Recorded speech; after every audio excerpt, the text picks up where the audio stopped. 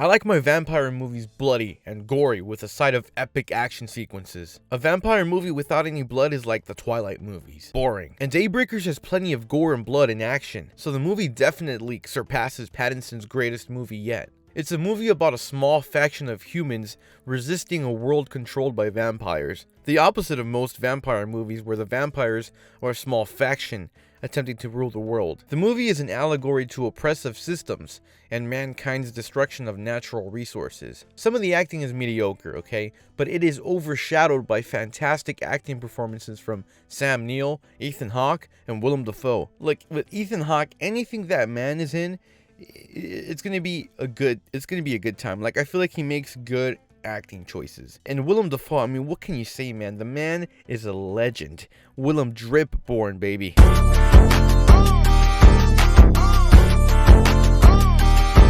Ever since I saw him as Green Goblin and Spider-Man, he's been like one of my top favorite actors, and his voice is just so iconic, and his face too, man. There's something evil yet distinct about his face. And can we talk about how sometimes vampire movies over-sexualize vampires? Like, look, I loved Blade. It's one of my favorite Marvel movies and one of my favorite vampire movies, but god, they just over-sexualize them. I haven't seen Queen of the Damned yet. I've seen clips, but from what I remember, they over-sexualize the vampire characters as well. It kind of reminds me of that Key and Peele sketch. You know the one I'm talking about, right? There are moments in this movie that felt like a B-movie from the Sci-Fi Channel because of the gimmicky plot, mediocre visual effects, and at times cheesy dialogue, and just the overall look. But the story is what matters, and it was good enough that it didn't detract from the viewing experience. In fact, it was like a genre movie. It felt very stylized. Kind of reminded me of a late 90s, early 2000s sci-fi movie. Even the score with the heroic fanfare reminded me of a 90s movie.